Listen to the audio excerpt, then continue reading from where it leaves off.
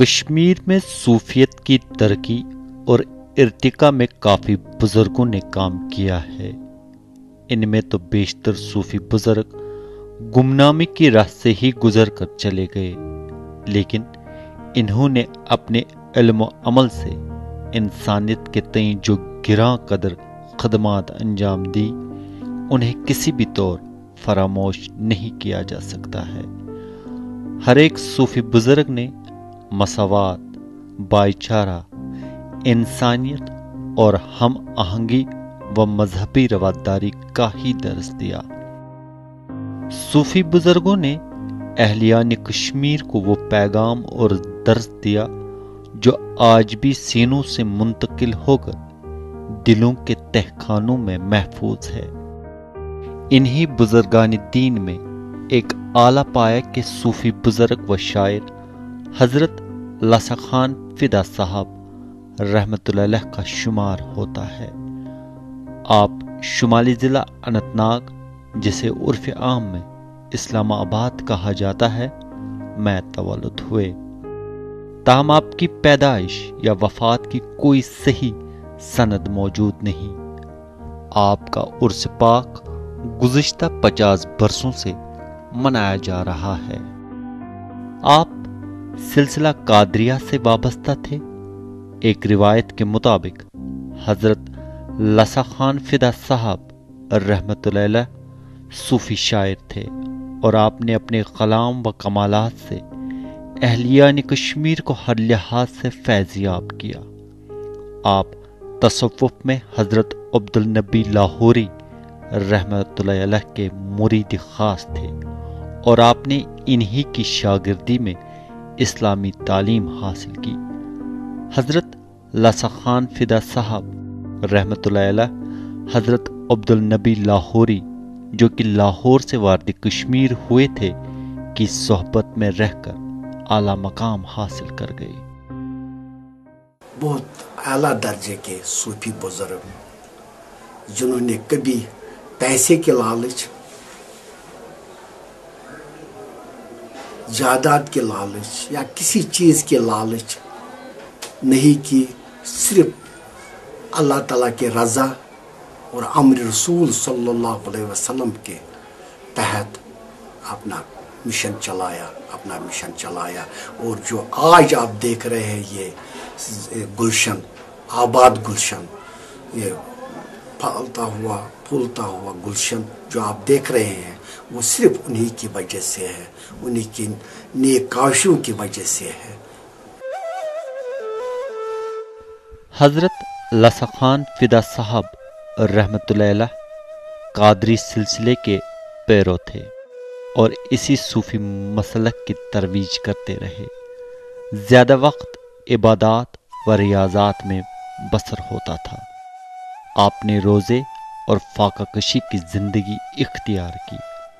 آپ نے بھی دیگر ریشیوں کی طرح صوفی ریاضت اور عبادت پر ہی زور دیا، اور اسلام کے پیغام کو عام کیا۔ آپ نے مال و دولت اور شان و شوکت کی زندگی کو فنا کیا اور درویشانہ زندگی بسر کی، اور اسی کی تاکید کرتے رہے۔ آپ نے اسلامی تعلیمات اور فلسفہ صوفیت کا کشمیری اشعار کے ذریعے پرچار بھی کیا۔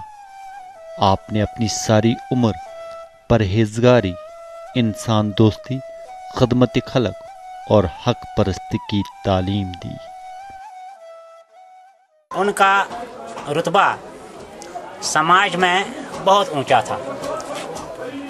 کیا ہندو، کیا مسلمان، کیا سکھ، کیا دوسرے طبقوں کے لوگ ان کو بہت چاہتے تھے، ان کی بہت توقیر کرتے تھے، ان کی بہت عزت کرتے تھے، ان کا بہت احترام کرتے تھے، اور ان کے رتبے کو پہچانتے تھے کہ ان کی عظمت کیا ہے۔ ہر برس حضرت لاسا خان فدا صاحب رحمۃ اللہ علیہ کا سالانہ عرس پاک منایا جاتا ہے۔ امسال آپ کا 50واں سالانہ عرس پاک منایا گیا، جس میں لوگوں کی ایک بڑی تعداد نے شرکت کی۔ آپ کے مرید کشمیر کے کونے کونے میں موجود ہے اور وہ عقیدے کے ساتھ عرس پاک کے دوران آپ کی آخری آرام گاہ واقع اننت ناگ پر حاضری دیتے ہیں اور آپ کو خراج عقیدت پیش کرتے ہیں۔ عقیدت مندوں میں خواتین بھی شامل ہوتی ہیں جو یہاں فلسفہ صوفیہ کے تحت حاضری دیتی ہے۔ عرس پاک کے دوران یہاں روح پرور تقریب منعقد ہوتی ہے۔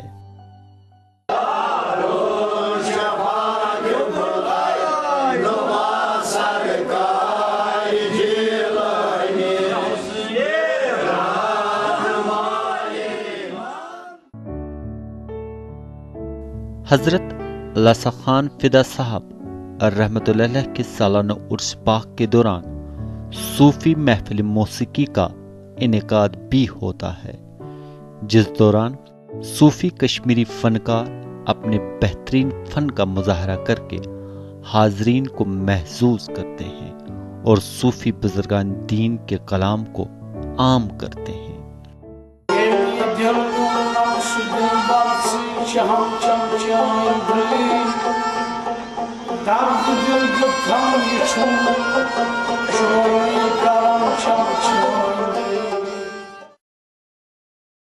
ان کا کلام بہت کچھ چھپ چکا ہے۔ گلزار حقیقت اور گل بقولی ان کی دو مشہور مثنویاں ہیں جو روحانیت کا پیغام لے کر ہر پڑھنے والے قارئین کی تشنیکی کو دور کرتے ہیں۔ عقیدت مند حضرت لاسا خان فدا صاحب رحمت اللہ علیہ کے مزار پر امید کے ساتھ حاضری دیتے ہیں۔ ان کا ماننا ہے کہ حضرت لاسا خان فدا صاحب رحمت اللہ علیہ کے پاس کمالات کا خزانہ تھا اور آج بھی وہ ان کمالات سے فیضیاب ہوتے ہیں۔ ان کا کہنا ہے کہ اس دربار میں حاضری دینے سے مشکلات کا ازالہ ہوتا ہے اور تکالیف و غم دور ہو جاتے ہیں۔ عقیدت مندوں کا ماننا ہے کہ یہاں پر حاضری دینے سے حاجات کی روایاں بھی ہوتی ہیں۔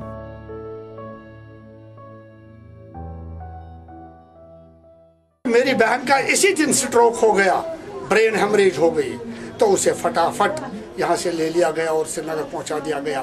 دوسری طرف ایک برہنہ تلوار میرے سر پر تھی اور لوگ کہتے تھے کہ آج کاڑو صاحب کا پروگرام ہے، وہ سنیں گے۔ میں بڑا آرٹسٹ نہیں ہوں لیکن کوشش کر رہا ہوں اس بڑھاپے میں تاکہ میری سے کسی کا دل بہلے۔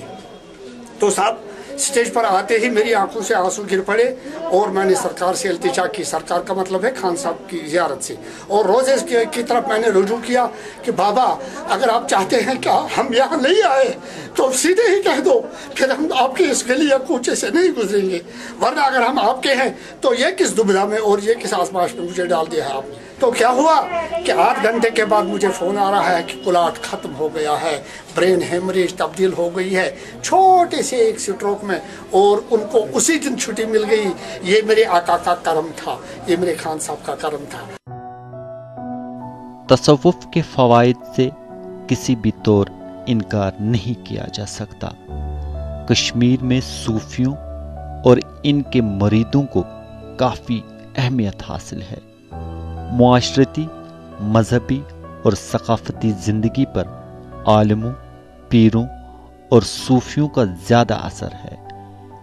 ایک تو ان کے علم و تقوی کا اثر ہے، دوسرے ان کی کرامات اور کمالات کی وجہ سے عوام میں ان کی بڑی عزت ہے۔ صوفی بزرگان دین سادہ زندگی بسر کرتے تھے اور اسی کی ترغیب دیتے تھے۔ ناو چھوئی مشہور ژے غوث العظم، ناو چھوئی مشہور ژے غوث العظم، بڑ منت چھم قادری چھس چھم نگم۔ آپ کا اسم